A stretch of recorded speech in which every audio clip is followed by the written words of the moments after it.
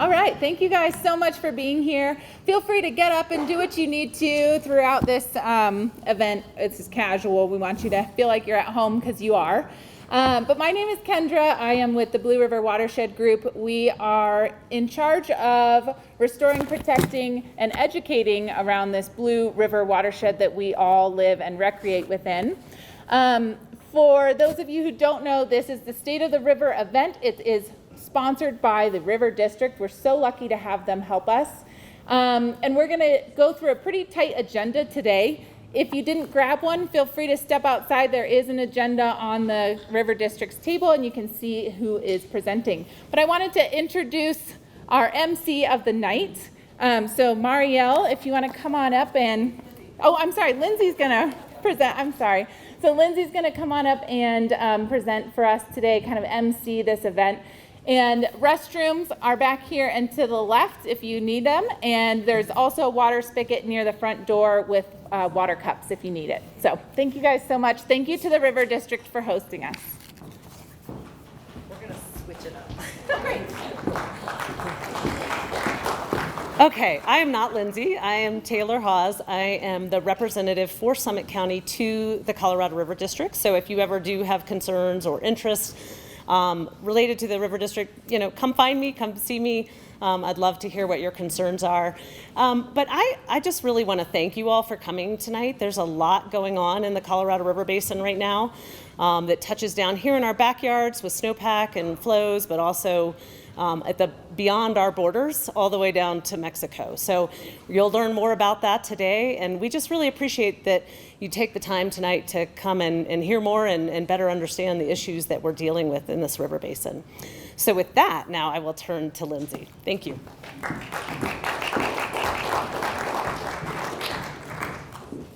Again, welcome and thanks for being here. My name is Lindsay DeFreitas. I'm the PR and Media Specialist with the Colorado River District. While you're here tonight and after the event, I would encourage you to come up and say hi and introduce yourself to us. There are quite a few members of our staff present this evening. I'm just going to shout them out if you can raise your hand when I call your name. Marielle Cowden is our Director of Public Relations.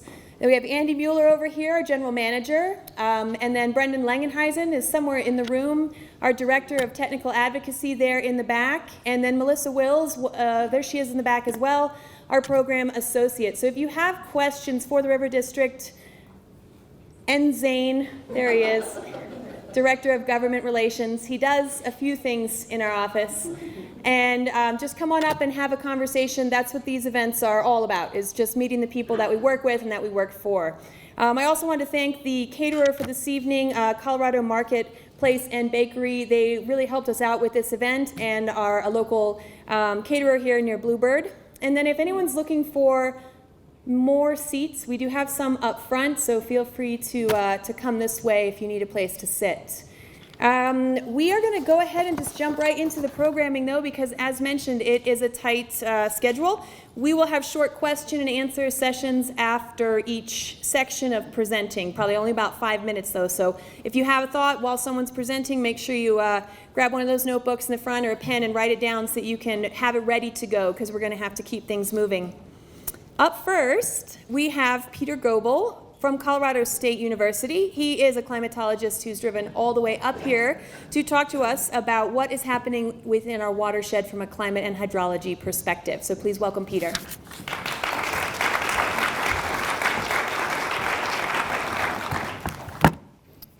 Yeah, thanks so much for having me, and thanks for being with me on this beautiful snowy evening. My name is Peter, like she said, and I'm a climatologist with Colorado State University. And the last time I was at the Blue River Pavilion was actually last July to celebrate a friend's wedding. So I don't know if it'll be that much fun tonight, but we're going to try. This is a picture of me taking a snow survey of the Blue River watershed. Work did not pay for it. I don't know what the deal with that was. Nobody respects a good snow survey anymore.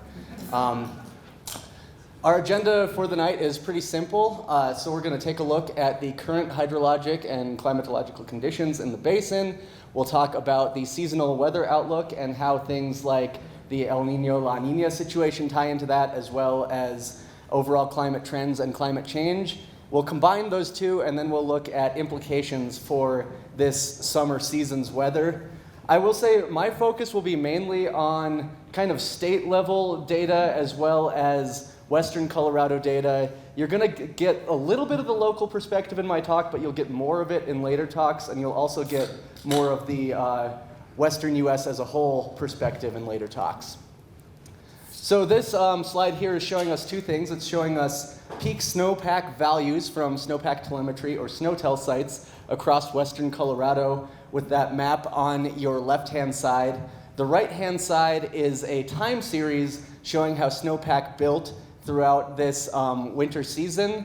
So here the time series is for the Colorado headwaters. So when we're talking about the headwaters in particular, we're averaging together snowtels from this area here, from all the way up in the Lake Granby area to the Blue River Basin, Eagle River Basin, Roaring Fork, everything that kind of goes into the Colorado above Grand Junction.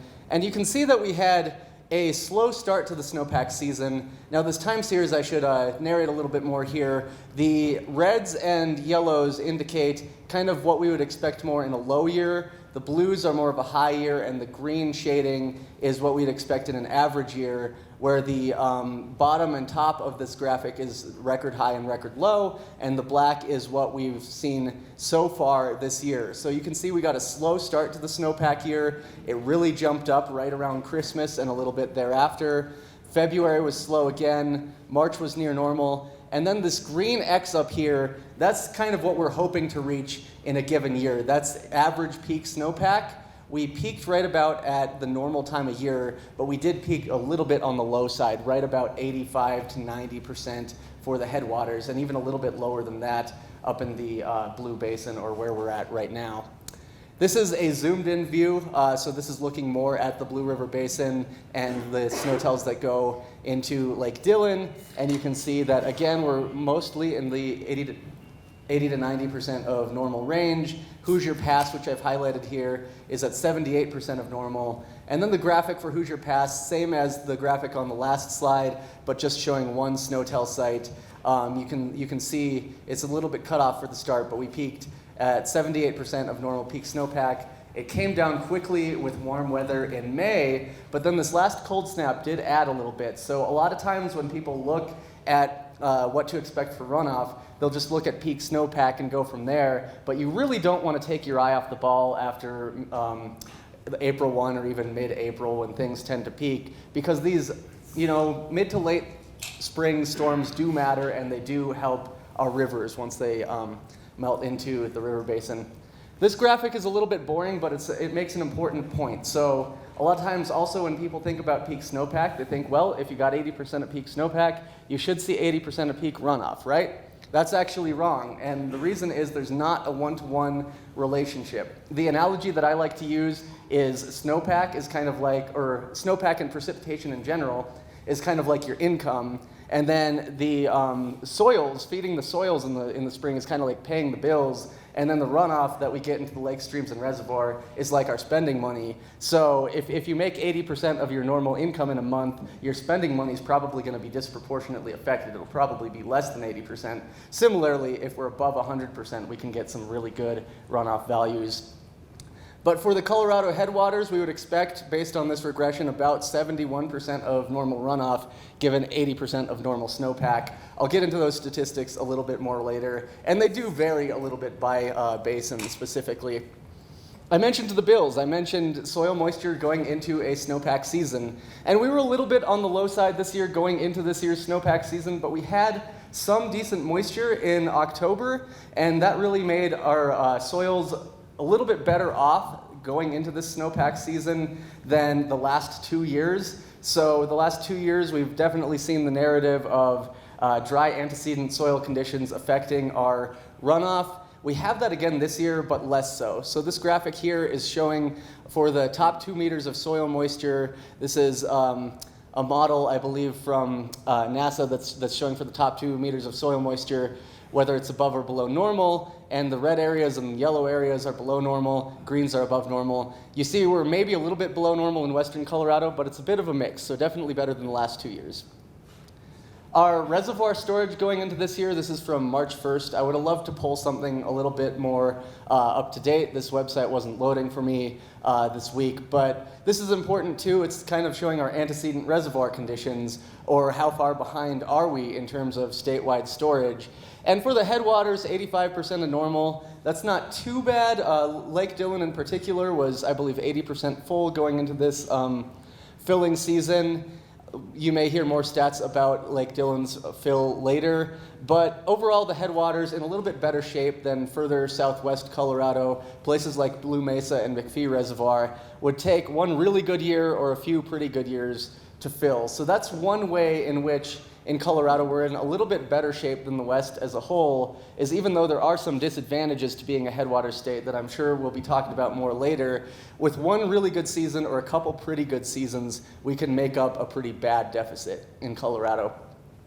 This is our current Streamflow map, or at least as of yesterday. The red and yellow dots are showing where Streamflow is currently below normal. The green dots are near normal, and the blue dots are above normal. Not a lot of blue on the map, but quite a bit of yellow and red. And I will say that this is affected by this most recent cold snap. So when we get these cold snaps, the runoff actually goes down temporarily as melt rates decline, but then that extra moisture will benefit you later on in the melt cycle. So while things are lower now, and we do expect a lower than normal cumulative runoff year, I do expect these numbers to bounce back up once we get into June. And this is a look more locally at the Blue River at near Dillon or just above Dillon Reservoir.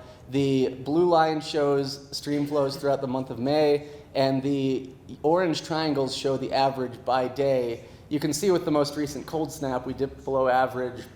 More importantly, we usually peak in terms of flow on the Blue River in early to mid-May at around 400 CFS. I do expect this to come back up from where it is now, and so far we've only peaked at about 200 CFS. I do expect it to come back up, but it may not be all the way to 400 CFS. All right, so that's kind of where we stand currently. Now we're going to get into the picture going forward, and I'm going to start with just a short-term weather outlook, and then we're going to go into longer-term conditions. This is a map showing over the next 7 days whether precipitation is expected to be above or below normal for Colorado. For most of the state, this brown area is below normal. Some of the blue-green in the southeast part of the state is above normal, and that's actually largely from what happened today, or a continuation of what's going on right now in southeast Colorado. As I was driving up today, there was some pretty decent snow from Georgetown to the tunnel, and that's all connected to what's going on in southeast Colorado. We do expect the next 7 or so days to be more on the warmer side and going back to the drier side. Here in Silverthorne, you may have a few days with some scattered afternoon thunderstorms like you often get this time of year, but in terms of the overall water perspective, probably not a big game changer.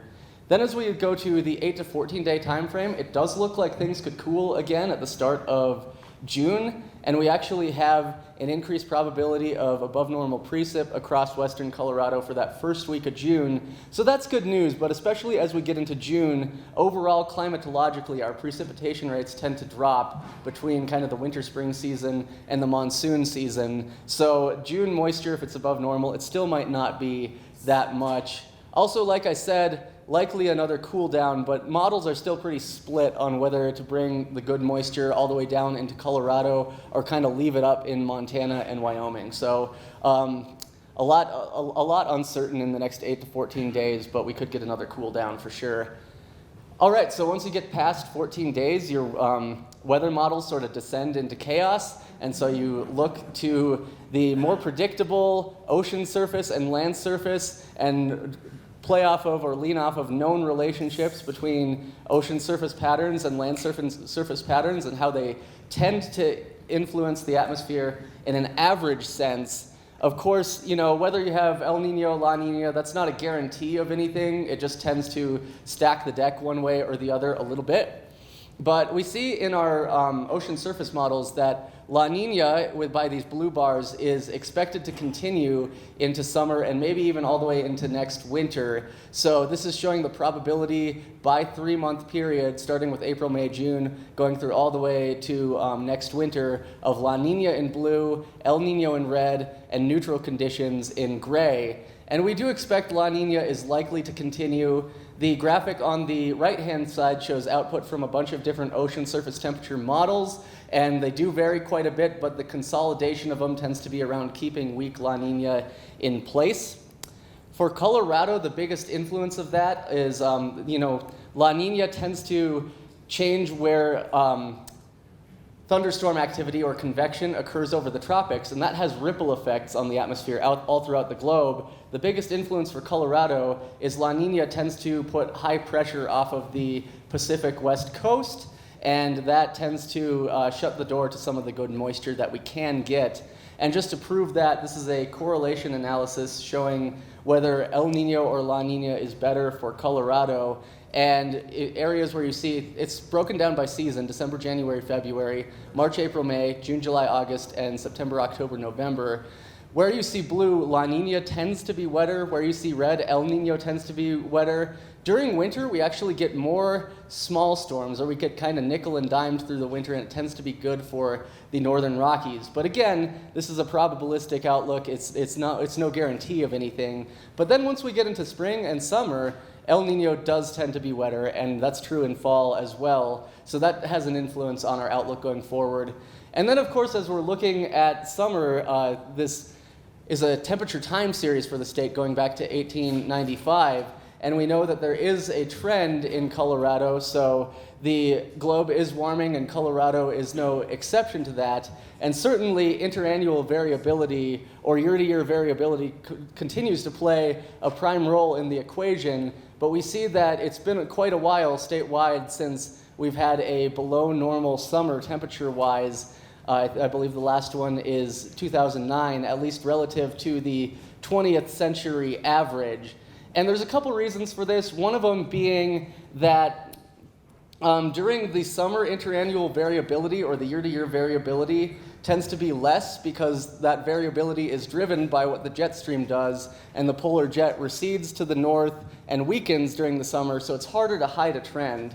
The other reason is we get into what's called a land-atmosphere feedback, where if things are warmer, then we evaporate our water in the soils more quickly, as well as in lake streams and reservoirs, but particularly in the soils. And then once you evaporate that water, the hot summer sun beating down on the land surface, if there's nothing to evaporate, just goes into heating the land surface further. So with that in mind, this is our outlook for the month of June, and we see a pretty high tilt towards confidence in above normal temperatures, as well as a tilt towards below normal precipitation across the state of Colorado, although the tilt for precipitation is not as strong. When it comes to temperature, I will say this graphic was made on May 19th, so now that we're starting to get into the range where our numerical weather models have some skill into June, I would actually drop the confidence in this a bit, because I think that it's actually pretty likely that our first week of June could be cooler than normal, and if that happens, then we're going to have to work a little bit harder to get these above normal temperatures. So I would drop that a bit. But then that first week only has so much influence on the summer as a whole, and so all of the things that I've been talking about, La Nina, climate change, and these land atmosphere feedbacks that we see in summer, go into this increased probability of above normal temperatures as we get into summer. So this is for June, July, August. And then precipitation, actually for western Colorado, the tilt towards dry is fairly small, even though what we saw in La Nina showed that there was a bit of a tilt towards below normal precipitation during La Nina summers. We're pretty historically bad at predicting the monsoon. So we're kind of in equal chances in southwest Colorado. I might even extend that up over most of western Colorado. Equal chances, or as I like to call it, equally clueless. These are our runoff or predictions for May through July. This is from the NRCS, or Natural Resource Conservation Services, Viper prediction model. And this is showing For the headwaters, 81% of normal runoff is predicted for May through July. It's worth noting that April was on the lower end of average too, so if you looked at April through July, it might be more like 78% of normal. And then less as we go south, more as we go north, which fits with the snowpack pattern that we showed earlier. I'm gonna go ahead and skip that one, but then with these warmer summers that we're seeing, we also do see an increase in fire danger. So we see above normal fire danger in the fire weather outlook for the month of June and the summer as a whole. So just a couple points to wrap up.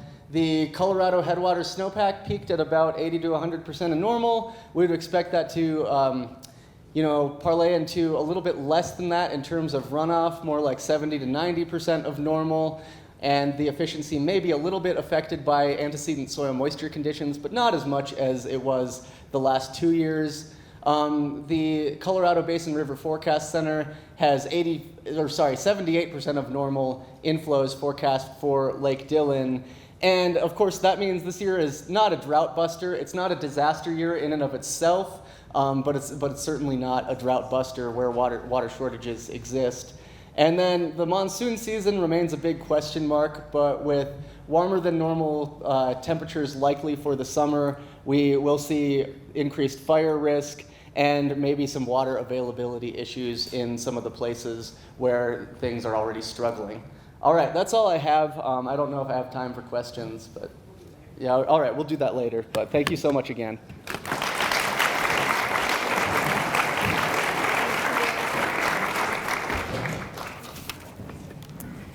All right, moving right along, keeping our large perspective on the basin here, we have Zane Kessler, Director of Government Relations, to talk about Lake Powell and the future of West Slope water. Awesome. Thanks. Got a pointer here. All right. Sorry, point that way. Okay.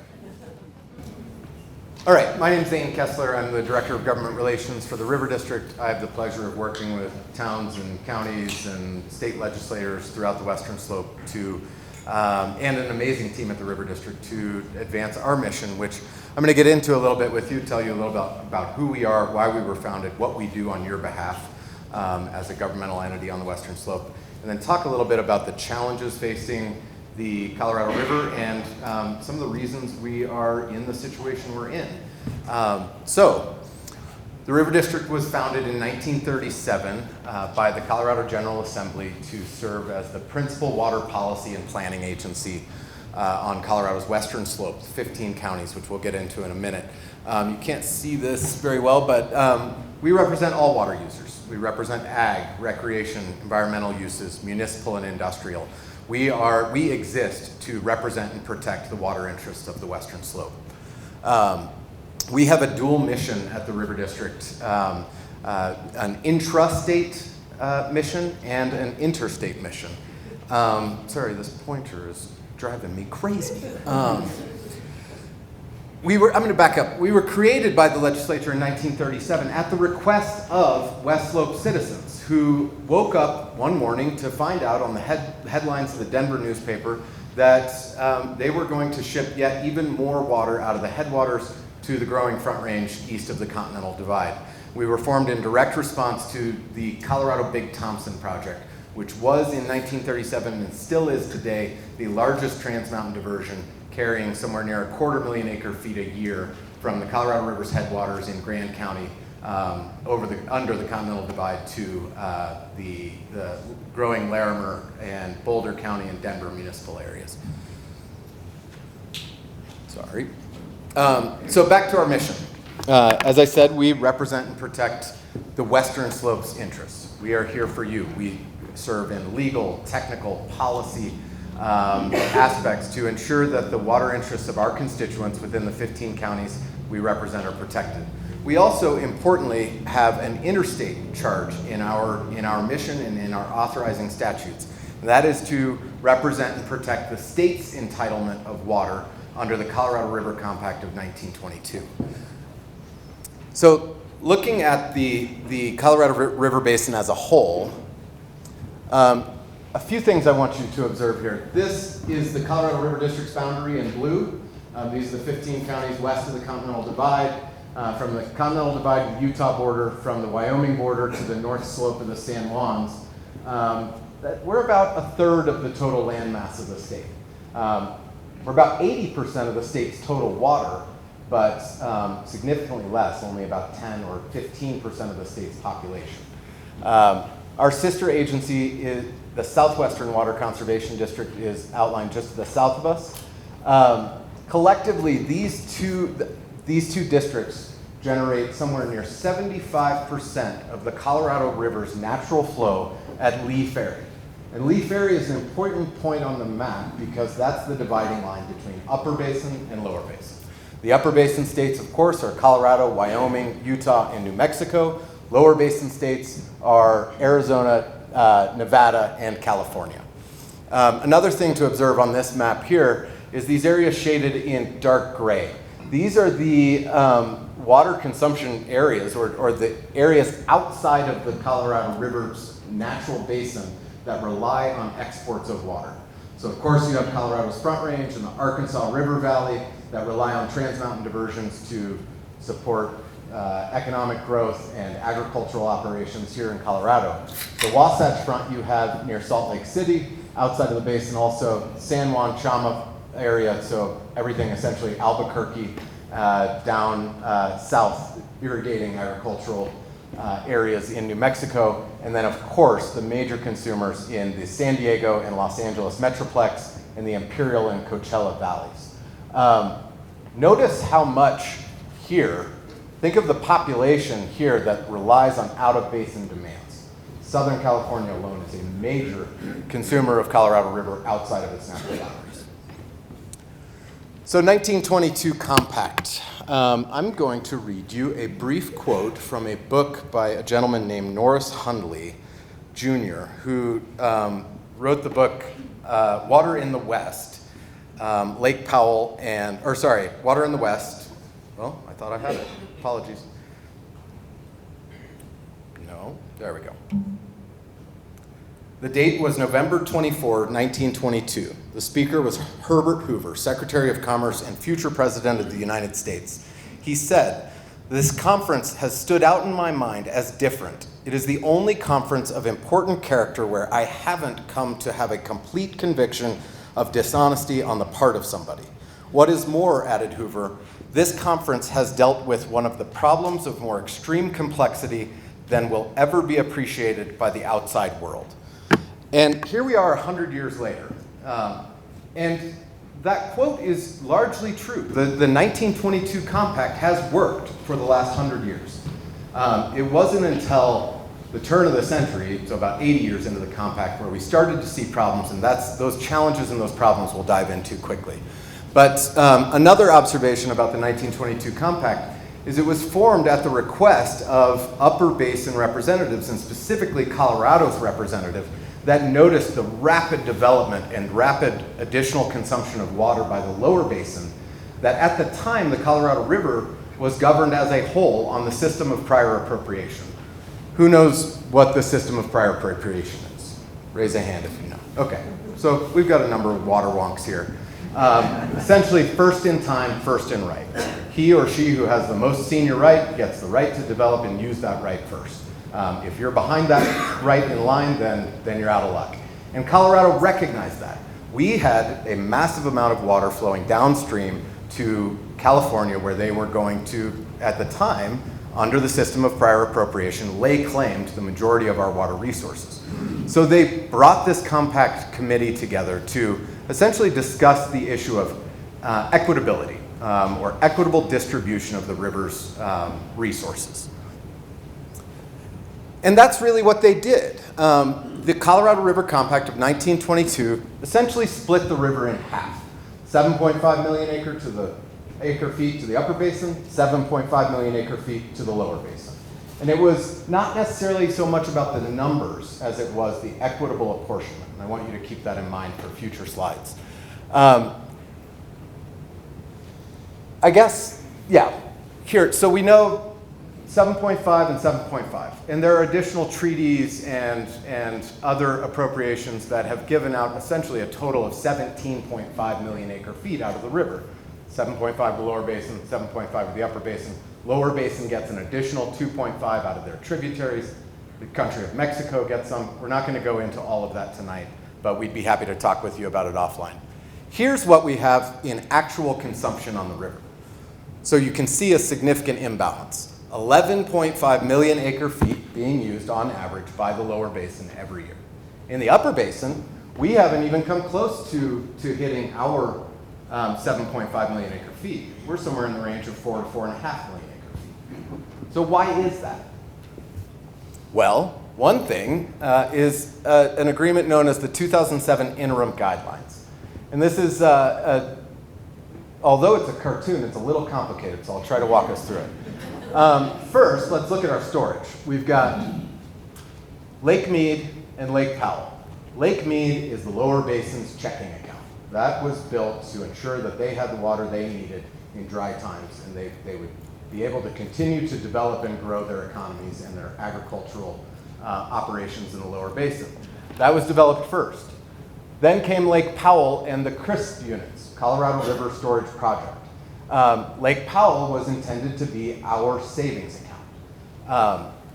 The upper units of the CRISP system are Flaming Gorge in Wyoming, Blue Mesa here on the western slope in Gunnison County, and Navajo Reservoir in New Mexico. Those were designed as reservoirs. They were designed to ensure that the federal system would operate in times of shortage. So they have worked quite well, again, since they were built and up until recently. And they work so long as the lower basin is held to their limits under the compact. But the 07 guidelines essentially enabled the lower basin to continue using. The lower basin has the luxury of living below storage. We do not. We live above the major storage projects. We live within the hydrology. Anybody here that's an irrigator will be able to tell you, when the water's out, it's out. When the ditch runs dry, we're done with water. When the snowpack is gone, we live within our means and we do what we can with what we've got. That's not the case in the lower basin. They live beneath the major storage projects and have the luxury of continuing to draw off the system. And that, in connection to the interim guidelines, these interim guidelines essentially enabled the overuse of the lower basin by allowing them to draw down mead to certain levels so that Powell would continue to release in order to maintain some certain levels at Mead and Powell. Those guidelines are up for renegotiation in the coming years, and the River District is at the table with the state and others ensuring that we don't get bamboozled. So that's one of the ways that we're working to represent and protect the water interests of the Western Slope, is ensuring that the state is adequately prepared and has the resources they need to enter those negotiations and ensure that we get a fair shake when they're renegotiated. They expire in 2026, and negotiations are occurring currently. So another reason that we're in the problem, or the situation we're in on the Big River, and let me do a time check. Are we doing good? Okay. Multi-decadal drought. Early aughts, we started seeing drought unlike what we've seen in the history of the compact and in modern history, period. We've seen warmer temperatures, we've seen soil moisture deficits, we've seen all these things that we hear and read about here in Western Colorado, but the science is pretty clear. With hotter temperatures, and over the last 120 years, we have seen significant increases in temperatures here on the Western Slope. If you look at a graph that many of you may have seen at previous states of the river, you'll note that in Western Colorado, we lie under one of the largest hotspots in the continental US of temperature rise between the late 1800s and now. In the western end of our district, Montrose, Mesa, Moffett counties, we've seen 4-degree increase in temperature rise over the last century, 120 years. Here in the headwaters, we're seeing significant temperature rise as well. We've seen upwards of 3 degrees temperature rise in Eagle County, 2.5 or 2.9 here in Summit County. And when you do the math based on science that's coming out of Colorado State, coming out of the National Oceanic and Atmospheric Administration, coming from reputable science here in Colorado, we know that for every 1 degree, we see around 3 to 9% decrease in stream flow. Take that number just in the middle, and I will say that trends more often towards the higher end of that percentage, but cut it in half, say 5%. We've got 3-degree increase in Summit, Eagle County area. That's 15% less water in the river. At the same time, where's my population growth? At the same time, we've got a drink that's getting smaller due to prolonged drought, and at the same time, we're sticking more straws in that drink. In Colorado alone, our population today is somewhere around 5.5 million people. We're expected to nearly double that to 9 million by the year 2050. The lower basin currently, and I didn't say this earlier, I should have, when I showed you the map of the basin, that 75% of the river's natural flow comes off of the western slope of Colorado, primarily the snowpack. That supports 40 million people downstream currently. That number is expected to increase to 76 million by the year 2060. So we've got major challenges here presently today and major challenges coming at us, coming down the pike. I'm gonna back up. Soil moisture. These are 2 years of soil moisture maps that are taken in November because those are the last soil moisture calculations of the year before the snow comes. And what we know, and what you've heard a little bit in the last presentation is that soil moisture, it impacts the way that we manage our water resources. It impacts the way that water returns to the river. So this is the beginning of the snowpack year last year, so November 2020. It looked like just a giant bruise across the entire American Southwest. The image on the right is November 15th, 2021. Slightly better, but still significantly below average soil moisture. This impacts runoff. Last year, we had roughly 90% of average snowpack. We had 30% of average runoff. When the soils are as dry as they are, the snow melts and the water goes straight into the ground. It does not return to the river in the natural system that we've built up cities and economies around. We've counted on water returning to the rivers and being able to distribute that water here and downstream as well. So soil moisture is another major challenge that we're facing on the western slope. This map is a little bit off. There's something wrong with the formatting, I'm sorry. But this black line here is total amount of water allocated on the river. So 17.5 million acre feet allocated on paper according to the compact and the law of the river, the numerous treaties and other things that I discussed earlier. The blue line is the 10-year running average. So you can see that only once ever has the 10-year running average met the total amount of water in the river. Now let's look at the total average from 1906 to current. Total average is actually closer to 14 million acre feet. So we've got 17.5 allocated on paper. We've got 14 million is the running average over the last 110, 115 years. And here's the most sobering one for me. Here's the average from 2012 to 2021.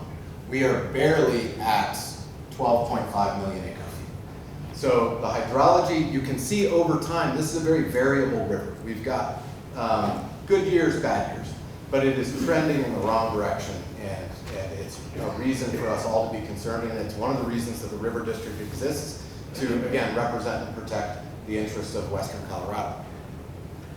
Current conditions in the reservoirs, again, I think this probably speaks for itself, but Lake Mead is at 30% full.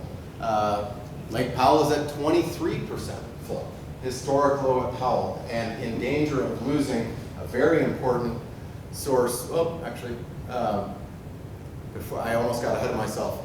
I'll just say, it's not just us talking about this anymore. It's not just the annual States of the River on the Western Slope thinking about what's happening on the big river, how does that impact us here at home.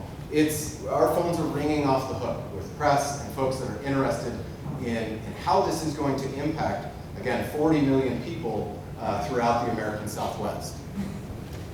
the conditions at Powell are approaching a pretty significant crisis condition.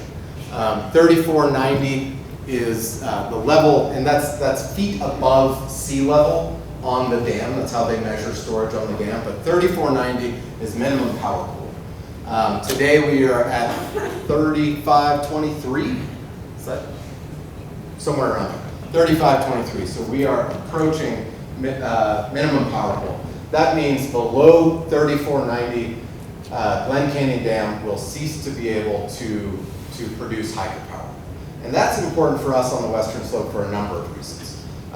First, it's very questionable whether or not we will be able to deliver the compact obligations to a lower basin without those hydropower turbines running. The bypass tubes were not built to deliver 7.5 million acre feet, and there are a lot of engineering questions about whether or not that dam can handle that without sending the water through the hydropower turbines.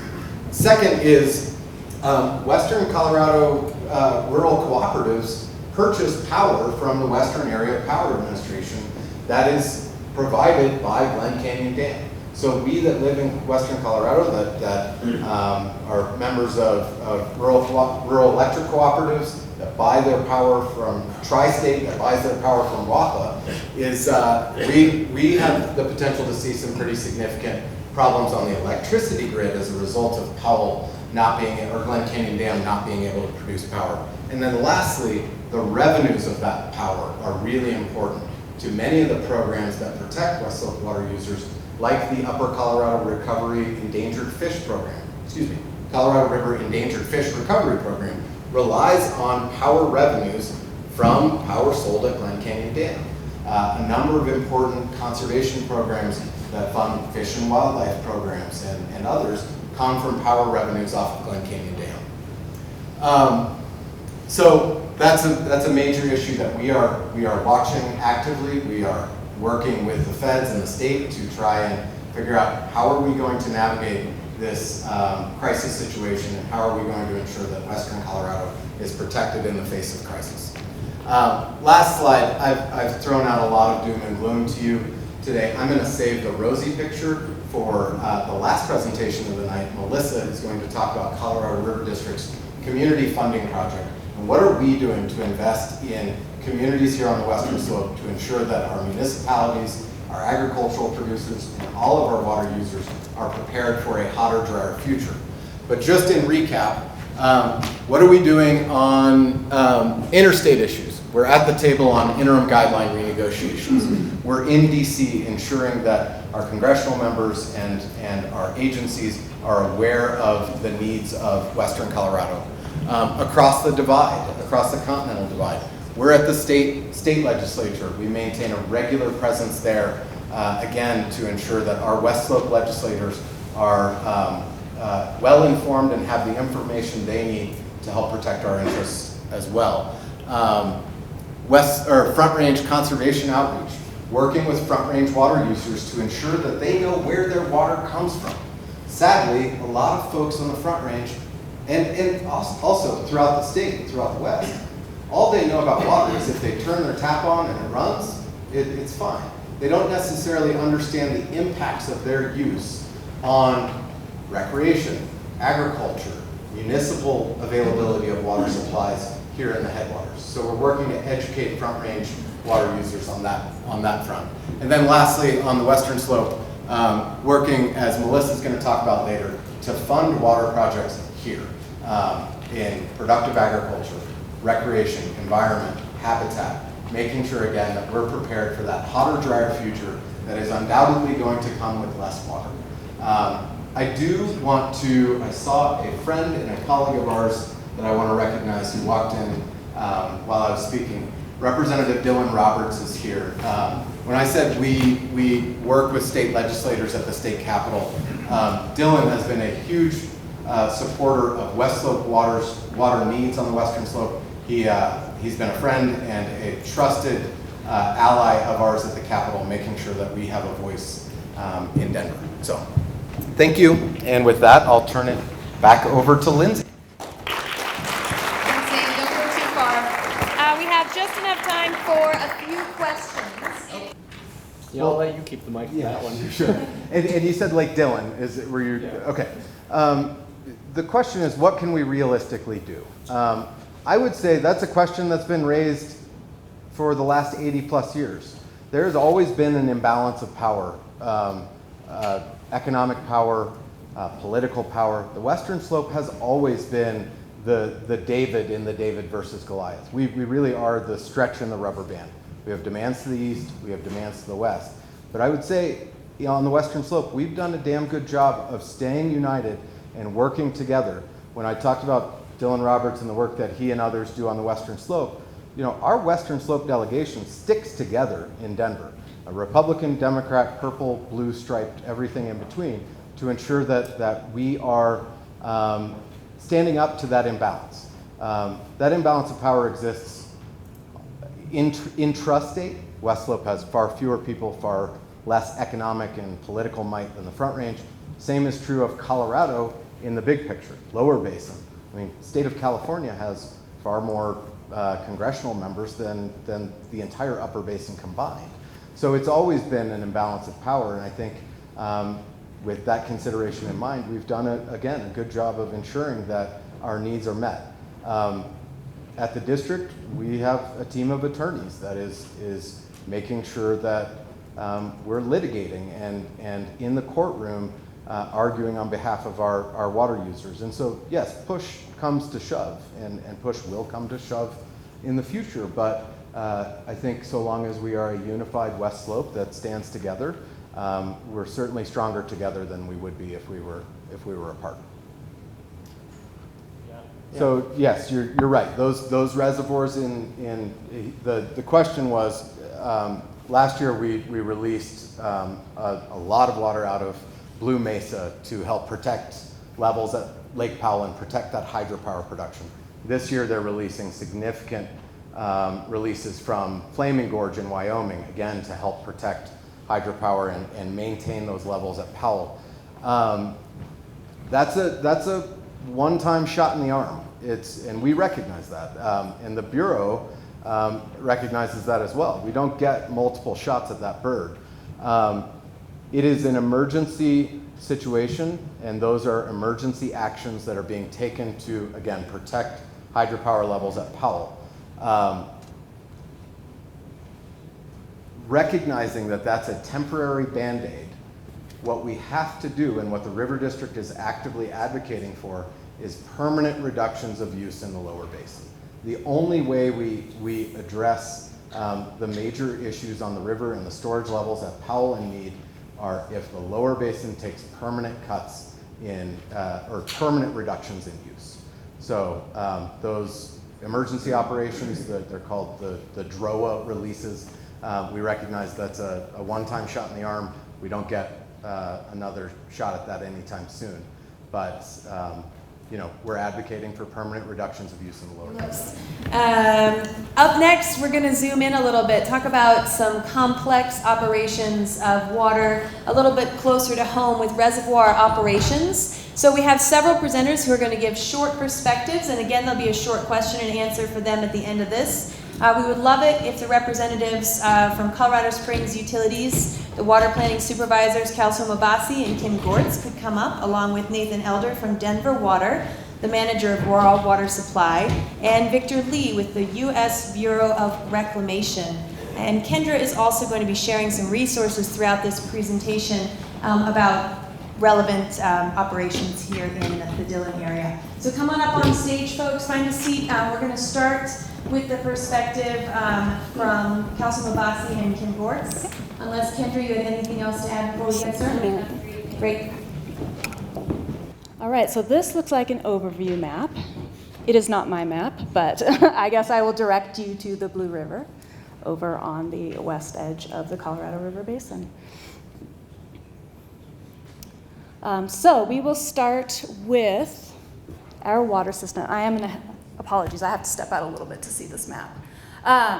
So this is kind of an overview, it looks like, of our system. So Colorado Springs Utilities collection system is located just under Hoosier Pass, basically. We're on either side of Highway 9, right as you cross over Hoosier Pass, so underneath Quandary Peak.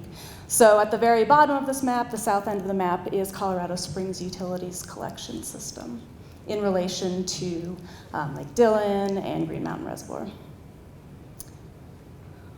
So I will start with our yield forecast for this year. This is our May 1st forecast. And Peter talked a little bit about snowpack, specifically at Hoosier Pass. That's definitely the key location that we look at when we do our yield forecasting. We also look at streamflow forecasting provided by NRCS at a few locations on the Blue River and on the main stem of the Colorado. So we looked at all that May 1st, river conditions there. Keep in mind, if you think back to Peter's graphs, on May 1st there was still a lot more snow up on the mountain. Runoff had not really started in earnest on May 1st, so that does factor into the forecast that you see here. The first three bullets just shows you the forecasted stream flow into Dillon, Green Mountain Reservoir, and at the Colorado River near Dot Cerro. Again, the 3 points that we look at. So based on all that information, we are estimating that our Blue River system will yield about 10,500 acre feet, which is actually just about or slightly above average, which is a little bit unusual based on the streamflow forecasts and the snowpack that we heard about. And we have found, very interestingly, that our system up at Upper Blue Lake and the nearby tributaries actually tends to perform pretty well even in drier conditions. So last year, we all know how dry it was. We also collected just about 10,000 acre feet, even despite those conditions. And my bottom bullet, I talk a little bit about the substitution operations. I'm sure Victor Lee will get into that. In short, we don't expect Green Mountain Reservoir to fill this year, which means Colorado Springs Utilities will owe some water back to Green Mountain Reservoir if they're not able to fill. So we had that same operation last year. We collected about 10,000 acre feet, but we had to release all of the water that we stored in Upper Blue Reservoir down to Green Mountain Reservoir in late summer. And I expect that we'll probably do the same thing this year. I'm expecting Colorado Springs will probably owe back about 1,500 to 2,000 acre feet. So the way that works for us is we just keep everything that we collect in Upper Blue Reservoir in storage until we're directed to release it to the river by the Bureau of Reclamation. But beyond that, we do have a lot of direct flow rights. We bring water through the Hoosier Tunnel to Montgomery Reservoir in Park County. And so we do expect that we'll probably collect about 8,000 acre feet through that system, which is, again, pretty similar to last year. Oops, wrong way again. So our operations for this year, given that yield forecast, we do have room to take all that water into our system. Our terminal storage, so the reservoirs on Pikes Peak where we collect the Blue River water after it's stored in Montgomery Reservoir, are about average, maybe just slightly below average for this time of year, which means that we will have room for all of the water that we expect the Blue River system to yield this year, minus what we're going to have to send back down the Blue River next fall. So, of course, our diversions, the amount we're actually able to divert depends on the timing of that runoff. And in some years, we do have to bypass water. We're just not able to collect everything that's legally and physically available to us. Because Montgomery Reservoir on the South Platte side sometimes starts rising so quickly that we don't have room to take both sets of water flows at once. And if we are in priority to store on the South Platte River, we do prefer to take that water in lieu of the Blue River water. I don't think that's going to be the case this year. I think we will mostly just be in priority for the South Platte, or for the Blue River water, but that is a possible operation depending on how fast runoff comes. So typically, also at the end of the season, if we're kind of starting to come out of priority, we may bypass a little bit water just for ease of operations. So wrapping up real quick, we did have some questions on our Continental Hoosier System project. And so I brought Kim Gortz, is our planning supervisor of water resource planning, and she's going to talk really briefly about that because I think we have 0 minutes left. Very brief. So as Kelsey mentioned, Montgomery Reservoir on the Park County side, so that's between Alma and the Hoosier Pass. It is going through a process where we're going to try to permit an enlargement of that reservoir. for several reasons. One, we have to do some rehabilitation on that dam. It's over 50 years old, and we have to do some rehab for dam safety. So we're going to try to take that opportunity to also do an enlargement of that reservoir. So today we are here at the very beginning. We're starting to talk to agencies. We're trying to get an understanding of what we need to do from an analysis perspective. How are we going to, just get through all of those requirements that are on the federal, local, and state levels, so that we can have potentially a complete application around 2025, 2026. But as we all have talked, there's lots of things going on, and so this may take a little longer than an ideal timeline that we have put up here. So if that all goes through and we do get permit decisions, the ideal, again, would be to do some construction and have that operating by 2030 to kind of take advantage of drought resiliency. This gives us a raw water redundancy to another major part of our system.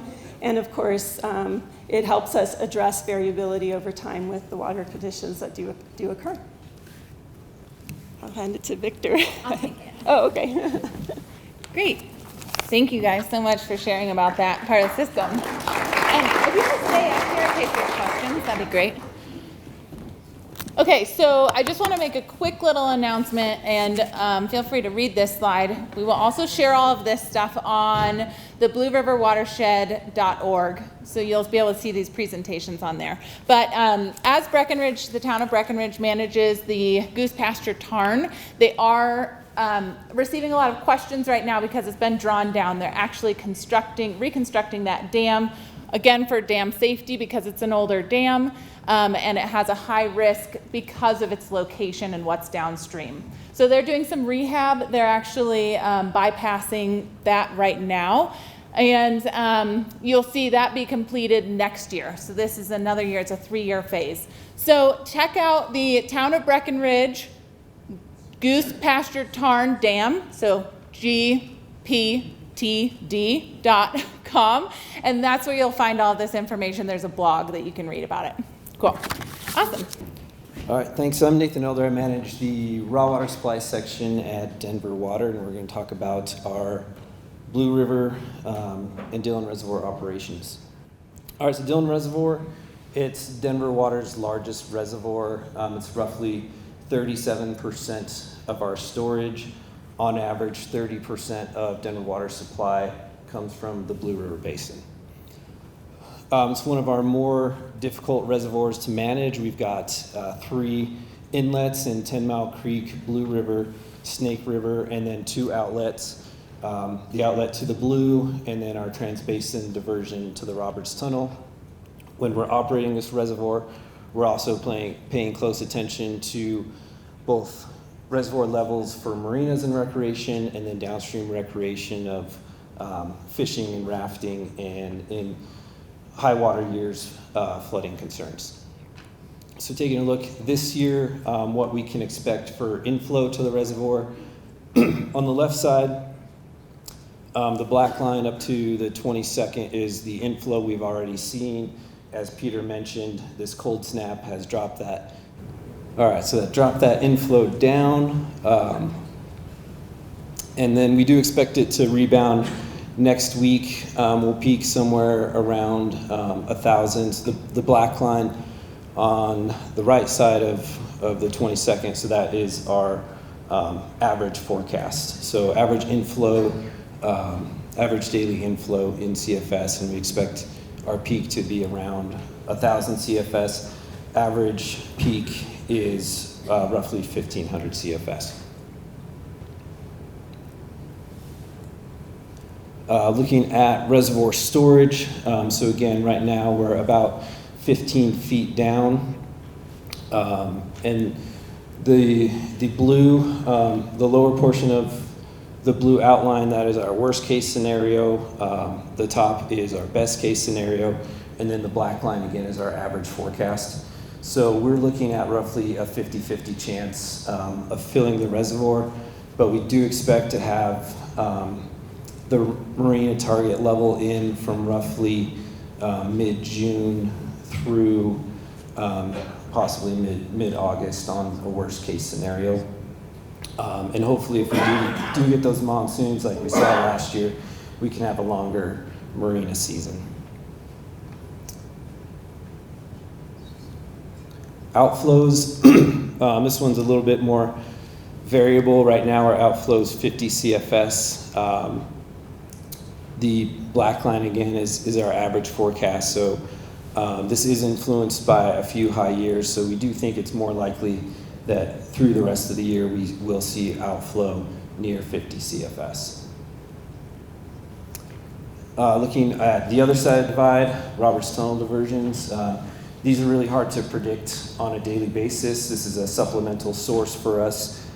We prioritize taking our east slope water first, but when we need that supplemental source, we do rely on flows through the Roberts Tunnel. This year, our volume forecast is going to be near the last few years, so around 80,000 acre feet going to the Front Range. And you can see over the past 20 years, we have seen a decrease in our average use of Roberts Tunnel diversions. Some of the reasons for that, we've seen conservation from our customers, so I won't go through everything here, but this is our per capita demand, and we've seen that steadily decrease through the last years.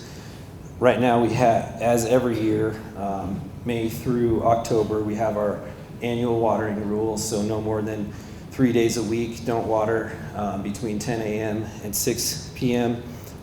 We support Resource Central's Garden in a Box program. Last year we sold roughly, or they sold roughly 1,800 Garden in a Boxes throughout the Denver service area. And since we supported this program back to 2014, we've seen over 10,000 Garden in a Boxes sold. So that's our turf replacement program. So then a quick summary. Dillon Reservoir, we've got about a 50% chance of filling. Our peak outflow, somewhere between 50 to 1,000 CFS. It's really going to depend on monsoons and a lot of other factors, but right now it's looking more likely to be closer to 50 CFS. We don't see sustained outflow for a rafting season this year.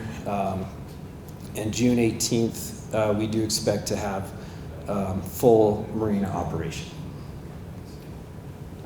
Thank you.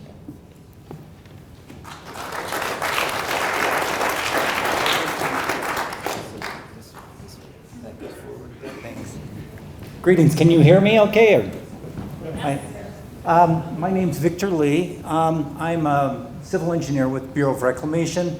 I've been charged to operate your reservoir, and I want to make sure that you all understand Green Mountain Reservoir is for your benefit. Again, so I'll jump over this. Real quick, like as Zane was talking earlier, the River District came into play with the creation of the Colorado Big Thompson project. There was state legislation that was passed in order to allow Northern Water to go ahead and contract with the federal government. Under that same legislation, Colorado River District became your representative to help manage the Colorado River water. The Colorado Big Thompson, anyways, Colorado Big Thompson project includes a collection system which includes, I see a button, okay. So we have the Colorado River collection system, which includes Lake Granby, which is the largest reservoir, about 500,000 acre feet, some small other reservoirs for collecting and diverting water into Granby, as well as a small regulatory reservoir for pushing water through Grand Lake and on into the east slope. There's a few, there's a couple of reservoirs on the far side, Carter and Horsetooth Reservoir, for storing that water so it can be delivered for irrigation and domestic use in northeastern Colorado. And all of that delivery of that water is all managed by Northern Water Conservancy District for use in their service area, which includes Larimer County, Weld County, Boulder County, but not Denver. Perhaps the most single important part of the Colorado Big Thompson project is this little reservoir down here in the lower left-hand corner, which is called Green Mountain Reservoir, which you're mostly aware of. It's here in Summit County. And again, this reservoir was built to assure that the Colorado Big Thompson project would not injure senior water rights on the Colorado River, as well as provide water for the future economic development of the Colorado River Basin or the Western Slope users. So each and all of you, if you're living or drinking water in the Colorado River Basin, you are a beneficiary of Green Mountain Reservoir and the Colorado Big Thompson project. Just real quick, like this is today's view of it. As you can see, Granby's a big bucket, but we do not expect it to fill. All of these reservoirs are near capacity at this point, but Green Mountain is very below average at this time for this time of the year. And I'm going to mostly just be talking about Green Mountain Reservoir and not the rest of the project. We're looking at another dry year. Last year was very dry. We worked Green Mountain very hard, just like it was. As we're decreed to do as the senior water right on the basin, Denver and Colorado Springs had to provide water to make sure that Green Mountain was not injured through their operations. We drew it down a lot last year. There's not a lot of water coming in this year. There's still a lot more demand and need for Dillon Reservoir and Colorado Springs utilities. We expect that Green Mountain will not fill again this year, and that we will end up once more asking Denver Water and Colorado Springs utilities to provide additional water for Green Mountain to assure that it is not injured for your benefit.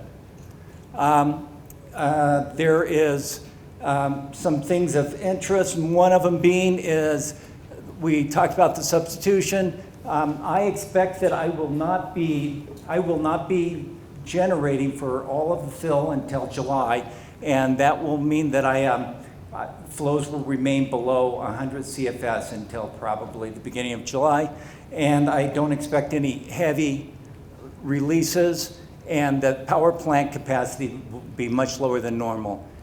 The important part is Green Mountain will fill all water that is for the benefit of the Western Slope this year.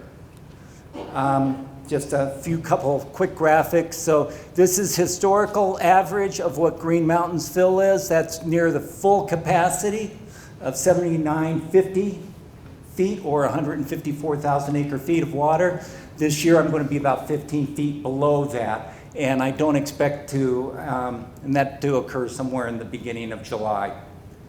As far as the releases, since everybody wants to know how much water is going to be in the river, as I mentioned, I'm going to be maintaining flows below 100 CFS from now until probably July, of which I'll start having to release some of the water for senior downstream use. And then I will start making my storage releases from basically mid-July all the way through the end of November, and typical. But again, there will be quite a bit of water that will be released for Green Mountain from other reservoirs this next year. And with that in mind, that's all I have to say.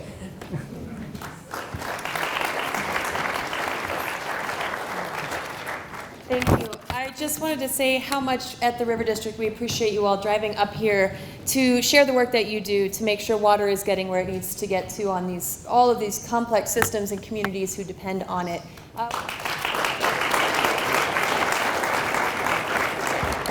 Up next, I'm going to welcome Kendra back on stage to talk about the Blue River Integrated Water Management Plan, which has just been a fantastic example of collaboration and hard work by a lot of the dedicated water users in this basin.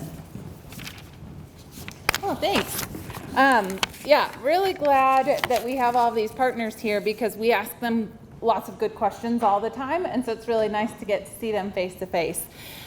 Here in the Blue River, we have, we're at headwaters, as we've been saying, to the Colorado, and it's a key watershed. So the Integrated Water Management Plan is abbreviated IWMP.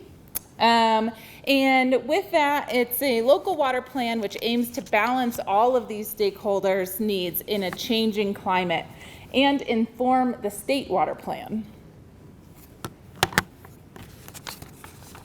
To balance the needs, the IWMP has to consider a lot of different people's lots of groups. And so in order to do that, we try to engage a lot of stakeholders and bring their opinions to the table. And that will help us facilitate a more unbiased plan. So these stakeholders review both the science and the procedure and then help us make the next steps on planning. They can help us also prioritize projects. So here's some stakeholders that we have involved. There are 79 folks signed up to get regular updates about this plan. It's been funded in 3 phases. The phase 1 collected all of the existing data of a lot of the work that folks had already done and compiled it into a document. So that is the IWMP document. And we did a little bit of supplemental research there, but phase 2 really delved into the issue of a declining fishery below Dillon Dam to the Green Mountain Reservoir. And that research is working to identify potential causes of that declining fishery. Phase 3, which is occurring right now, is continuing to identify those challenges. So it's not one answer is what we're learning. In 2021, we didn't have any clear data that pointed the finger at one specific issue, and therefore we're continuing to research and look at the food web as a whole and figure out what's going on. Is it water quality? Is it fish habitat? Is it water temperature? Do we have a collapse in the food web coming from periphyton, which is the algae, or macroinvertebrates? So we're not sure exactly what's happening, but we are working with all of these really smart people in the room to try and figure out exactly what's happening. And then we will come to those stakeholders with projects and with potential fixes to that. What we have learned. What we have learned is that in Reach 1, from Hoosier to Dillon Dam, we're encountering some poor water quality. And that's due to the historic mining and to acid rock drainage with some fragmented areas because of the dredge boat mining that occurred. And so that's looking at Reach 1 near the top. Then as we move down to the middle reach, Reach 2, which is Dillon Dam to Green Mountain Reservoir, we've got flows restricted to keep the town of Silverthorne specifically from flooding, but that does not allow for flushing flows to move sediment.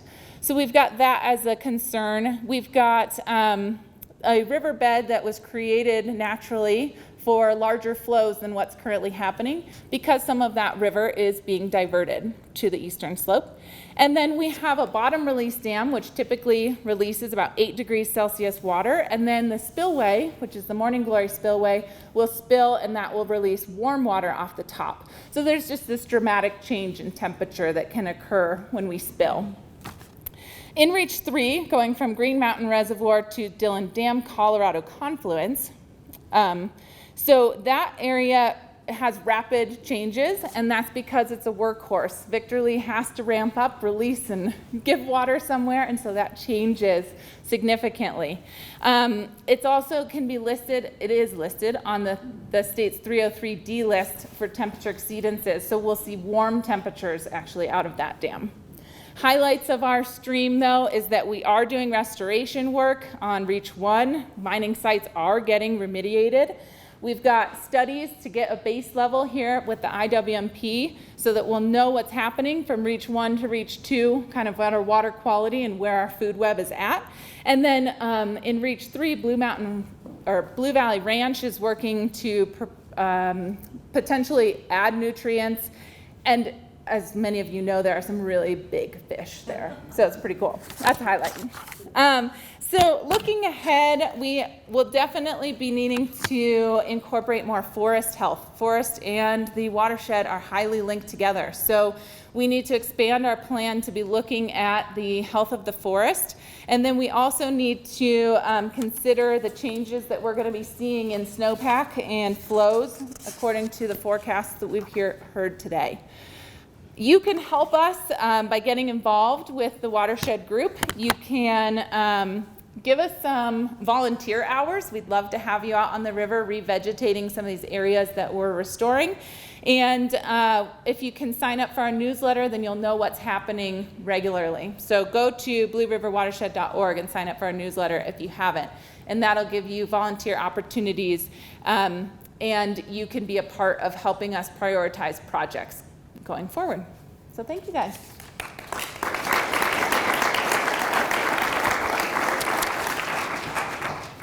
Thanks, Kendra. I just wanted to mention, as far as a list of resources, we had another staff member walk in. Mike Eitel, if you can raise your hand. Mike is a local here to Silverthorne, and he is our senior water resource specialist. He knows water in this basin, so he looks like he might have stepped out. Whoops. Do we miss Mike? Anyway, he's somebody who he knows this area, and he's been a part of our organization for a long time, so he has a fantastic perspective on what's going on here. Up next, I am going to bring another staff member to the stage. Melissa Wills is going to talk to you all about our community funding partnership. It is one of the ways that we want to make sure we don't always end on the doom and gloom. After her, we have one more speaker, and then that time for Q&A. Community funding partnership is a really exciting opportunity for a lot of our water users throughout the district. So please welcome Melissa.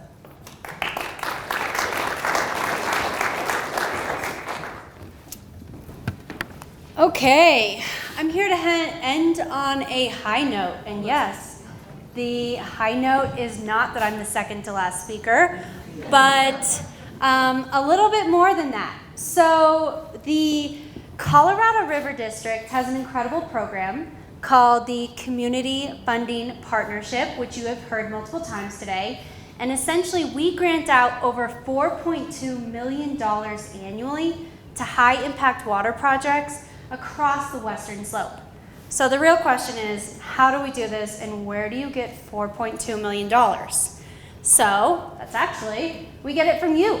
So if you have a photographic memory and you remember question 7A on your ballot in 2020, yes, I got some yeses. Essentially, most of you answered yes to the question of funding the community partnership. So essentially, what we found was that over 15 districts, there was a majority of a support. And not only majority, an overwhelming majority. Over 72% of you said yes.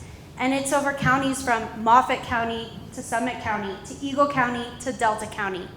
Again, unity across the topic of water was present on the ballot.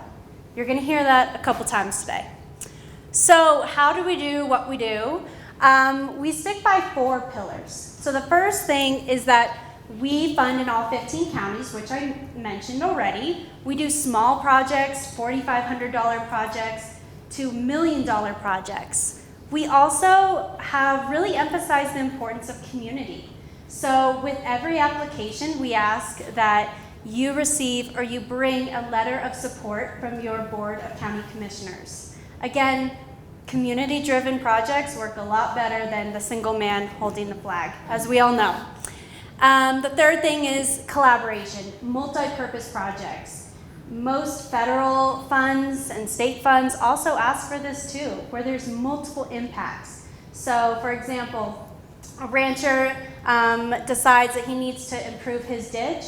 Well, at the same time, he's going to be conserving water that will put more water into the rivers for recreation, etc. So usually there is a multi-purpose.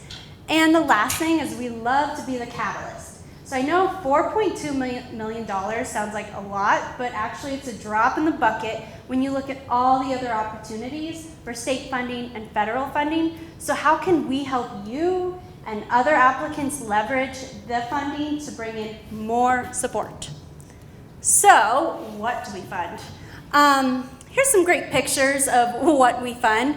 Productive agriculture, conservation and efficiency, healthy rivers, infrastructure, and watershed health and water quality. Now, the beauty of this program is every project is different, but all of our projects hit most, if not multiple, of these buckets. So 2 or more. Again, multi-purpose. Now, we can take a step back and look at only 2 years back. We haven't been around for a while, but we've done a lot. We have funded over 35 projects. Over $4.5 million has come out the door. Now, what we've realized is it usually just starts with a conversation with your neighbor. Hey, I feel like we should get this going, let's try this out, and it usually comes to fruition. And so what we're really trying to do as a district is sit down with communities all over the Western Slope to say, hey, how can we help you be more resilient against this new reality of a drier, hotter climate? And so this is where we find ourselves. A problem. This is a ditch emergency restoration picture. You can see these guys sitting up here drinking some water. That's ironic. And we end with a solution. Or people come to us with an idea. This is another river restoration and irrigation idea. And we end in construction. And so here at home, you've already heard Kendra talk about the Blue River Integrated Water Management Plan. The beauty of this is that they're using science to not only understand the state of the river right now, no pun intended again, but also where can we go in the future and how are we going to get there. We've funded the High Country Conservation Center, an irrigation efficiency program for over 19 utilities across the county, really implementing that value of conservation in the county early. And lastly, I know there's some representatives here with the Buffalo Mountain Metro District, restoring their water tank and bringing, again, that standard of conservation and efficiency with their stakeholders. So the real question, how do we receive funds? A lot of conversations. So we love to first sit down with you and say, hey, where are you at? What can you bring to the table? Where are you with this project? And do our values align? Trust me, you do not have to do this alone. Water is complicated. And then an application is completed. It's at a rolling basis. Now the funny part is if you ask for less funds, less than $50,000, you'll have a 6 to 8 week wait. And it goes through our staff for approval. And then if you ask for over $50,000, it goes to our board for approval, which they meet about quarterly. Now, we don't require a match of any sort of funding, but we do really, really emphasize the importance of you, the applicant, bringing some funding to the table. So when we brought this to the ballot, one of the main values was equity principles. We said we will watch this for 5 years and beyond and make sure that we fund all the counties and mostly in an equal manner as best we can. And at the same time, fund all the different categories. So all those pretty pictures, make sure that we're not just funding infrastructure, but we're also funding conservation, watershed health, etc. And where do you start? First, email us, go to our website, check us out. We are here for you. We are going to meet you where you're at, etc. Water is complicated, as I said.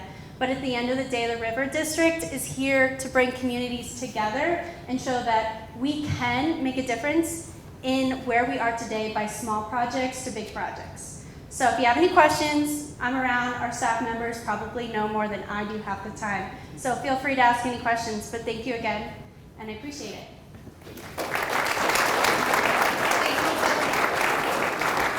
And if you don't get this picture, there are also business cards and one-pagers out on our table if you want to reach out to our Director of Strategic Partnerships, Amy Moyer. She will take your calls and emails as we work on refining this application process. Up next is our last speaker for the evening to provide a unique perspective on all of the things that we have been discussing tonight. Colorado Attorney General Phil Weisser is here to have us get his view from Denver. Thank you so much for coming.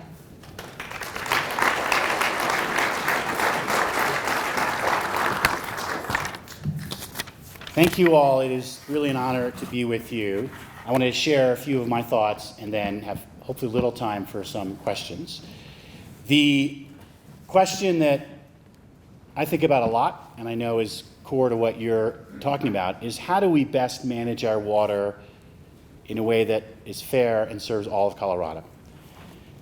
This is not a new challenge, but it's one that takes on some urgency today, and it's one that we stand on the shoulders of giants, of strong leaders who've addressed this issue. As I think about this, I do so from the standpoint of being the Attorney General for the state, and with water being one of the most important parts of our portfolio. So let me start talking about the Colorado River, which I know the River District has focused on, and that this community here in Summit County and others are looking at asking critical questions about how do we approach this moment, recognizing that the existing guidelines have been proven to be inadequate to meet the circumstances that we have, and that we have to work on multiple levels to develop new solutions. I want to talk about three things. First, what are we doing here in Colorado right now? Second, how do Colorado and others take some emergency measures that will protect the basin? And third, what are the long-term solutions going to look like? So first, what are we doing right now here in Colorado? Over the last 20 years, we've had a continuing series of droughts, and we've had to learn to do more with less water. During this time, we've become a leader in the upper division states, and in fact, with many of you and others working on this, we have quickly and effectively moved on a number of fronts to ask, how can we meet this moment? One of the opportunities that we've looked at has been a demand management feasibility investigation. We've now gotten to a point that we're waiting for the Upper Colorado River Commission to actually catch up to this work. We're open to complete it in the fall. This is only one tool that we are looking at.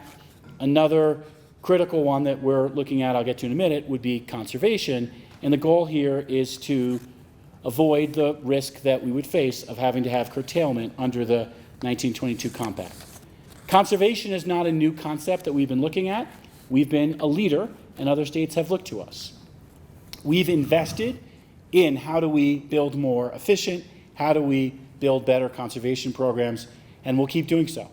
Right now, we're one of the few states in the nation who manages our water rights according to the availability of water. And going forward, this is a foundation that we are going to build on.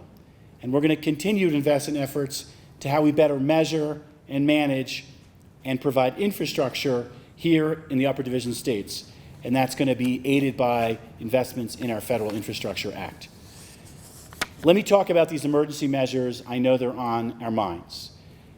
The short term, we are having to manage our water in the Colorado River with an awareness that we have gotten to a place that we had hoped we weren't going to get to, but increasingly we saw we would have to, which is our Drought Contingency Plan and the 2022 Drought Response Operations Plan has called on us to basically finalize arrangements to do things we haven't had to do before. And the Secretary of Interior has approved this plan, and it is focused on how do we maintain these critical elevations at Lake Powell, which provides obviously electricity and water supplies that so many depend on. Under this plan, 500,000 acre-feet of water from the Flaming Gorge Reservoir are going to be released to Lake Powell, in addition to the 161,000 acre-feet that's been released from the Flaming Gorge and Blue Mesa reservoirs in 2022 already. Importantly for Colorado, there are no new releases from the Blue Mesa Reservoir in this 2022 plan. What this means for the Upper Basin is we will have released a total of 661,000 acre-feet of water to protect the overall system. That's a lot of water. Just consider that this is about 15% of the annual consumptive uses in the Upper Basin. Now, although it's significant, it turns out it's not and can't be a long-term solution. I recognize it's going to take years for the Upper Basin reservoirs to recover from the releases that are called for in this 2022 agreement. Beyond the short-term solution, we've got to look at the longer-term question of how we manage depleted storage and the impacts that we're seeing to the hydrology on account of climate change. And I want to acknowledge your director, and I saw Andy Mueller here somewhere, who has stated plainly what all of us know to be the case. We are confronting climate change and the impact on water in a way that demands our attention and that we can't look the other way. As I emphasized when I spoke with the River District in Glenwood Springs in December, the lower basin is now confronting some pretty extraordinary circumstances. The lower basin is now, for the first time, developing a plan that they're calling 500 plus plan, where they're going to work to leave 500,000 acre feet in Lake Mead each year for the next 2 years to deal with the fact that we've depleted storage. We look forward to seeing how this plan develops.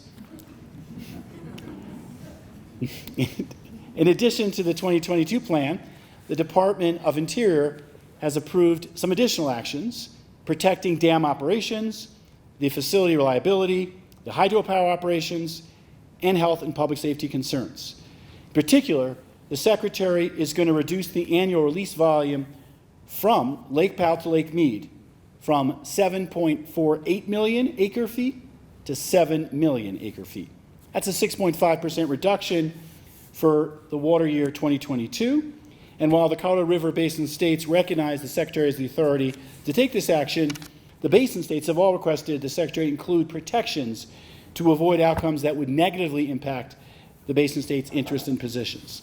That proposal, including the adoption of protections that the basin states recommended, was finalized just recently on May 6, 2022.